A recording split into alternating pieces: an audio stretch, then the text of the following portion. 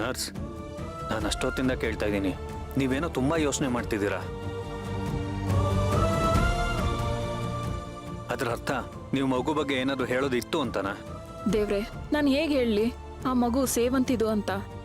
ಹೇಳಿದ್ರೆ ಆ ರಾಕ್ಷಸಿ ಪ್ರಿಯ ಸುಮ್ಮನೆ ಬಿಡ್ತಾಳಾ? ನಾನು ಇಷ್ಟು ವರ್ಷ ಜೋಪಾನವಾಗಿ ಕಣ್ಣಲ್ಲಿ ಕಣ್ಣಿಟ್ಟು ಕಾಪಾಡ್ಕೊಂಡು ಬಂದು ನನ್ನ ಕಂದಮ್ಮನ್ನ ಅವಳು ನಿರ್ದಾಕ್ಷಿಣ್ಯವಾಗಿ ಕೊಂದ್ಬಿಡ್ತಾಳೆ. ಅಯ್ಯೋ, ನಾನು ಯಾವ ಗಳಿಗೆ ನನ್ನ ಜೀವನದಲ್ಲಿ ಬರಬಾರ್ದು ಅನ್ಕೊಂಡಿದ್ನೋ ಆ ಗಳಿಗೆ ಬಂದೇ ಬಿಡ್ತಾ. ಇದ್ರ ಬದಲು ನಾನು ಆವತ್ತೇ ಸತ್ತಿದ್ರೆ ಎಷ್ಟೋ ಚೆನ್ನಾಗಿರ್ತಾ ಇತ್ತು.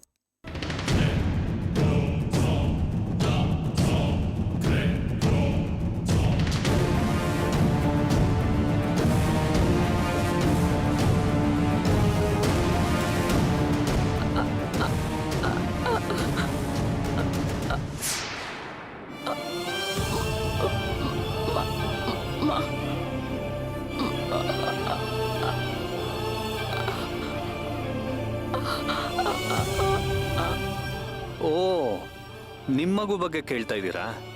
ಅದ್ರ ಬಗ್ಗೆ ನೀವೇನು ಯೋಚನೆ ಮಾಡಬೇಡಿ. ನಮ್ಮ ಮನೇಲೇ ಇದೆ. ನಮ್ಮ ಸೇವಂತಿ ಅದಕ್ಕೆ ಮಡ್ಲಲ್ಲಿ ಆರಾಮಾಗಿ ಆಡ್ಕೊಂಡಿದೆ. ನಮ್ಮ ಅದಕ್ಕೆ ನಿಮ್ಮ ಮಗುನ ಅವರೇ ಹೆತ್ತ ಮಗು ಅಂತ ಭಾವಿಸಿ ಒಂದಿರುವೆ ಕಚ್ಚಕ್ಕೂ ಅವಕಾಶ ಕೊಡದೆ ನೋಡ್ಕೊಳ್ತಿದ್ದಾರೆ. ನಿಮ್ಮ ಮಗು ಕೂಡ ಅವ್ರನ್ನ ಅಮ್ಮ ಅಮ್ಮ ಅಂತ ವಿಪರೀತ ಹಚ್ಕೊಂಡ್ಬಿಟ್ಟಿದೆ. ಇಷ್ಟು ದಿನ ನನ್ನ ಅಮ್ಮ ಅಮ್ಮ ಅಂತಿದ್ದ ನನ್ನ ಕಂದ ಈಗ ನನ್ನನ್ನೇ ಮರ್ತು ಬಿಟ್ಟಿದ್ಯಾ? ನಾನು ಇಲ್ದೇ ಹೋಗಿದ್ರೆ ಆ ಮಗು ಅವತ್ತು ಬದುಕ್ತಾನೆ ಇರಲಿಲ್ಲ. ಆದರೂ ಮಗುನ ಜೀವಂತ ಉಳಿಸಿ ಅದ್ರ ಹೆತ್ತ ಅಮ್ಮನ ಹತ್ರನೇ ಆ ದೇವರು ಸೇರಿಸಿದನಲ್ಲ, ಅದಕ್ಕಾದ್ರೂ ನಾನು ಸಮಾಧಾನ ಮಾಡ್ಕೊಳ್ಳೇಬೇಕು. ಅಷ್ಟೇ ಅಲ್ಲ, ನನ್ನ ಹೆಂಡತಿ ಮಣಿ ಇದ್ದಾಳಲ್ಲ, ಅವಳು ಕೂಡ ನಿಮ್ಮ ಮಗುನ್ ತುಂಬಾ ಹಚ್ಕೊಂಡ್ಬಿಟ್ಟಿದ್ದಾಳೆ.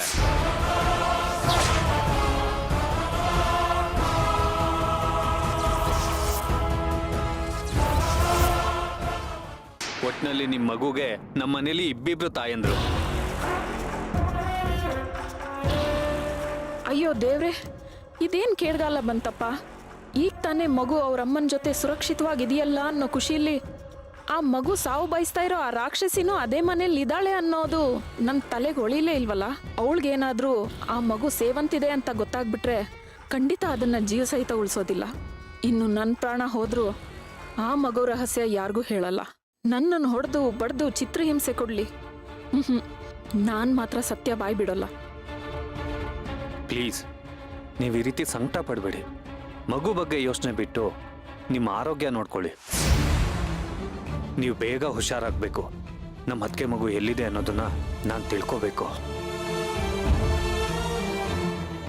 ನಾನಿನ್ ಬರ್ತೀನಿ. ನನ್ನ ಜೀವ ಉಳಿಸಿದ ದೇವ್ರು ನೀವು. ಆದ್ರೆ ನಾನು ಹೇಳೋ ಸತ್ಯ ನಿಮ್ಮ ಅತ್ತಿಗೆ ಮಗು ಜೀವನೇ ತೆಗೆದು ಬಿಡತ್ತೆ. ನನ್ನನ್ನು ಕ್ಷಮಿಸ್ಬಿಡಿ.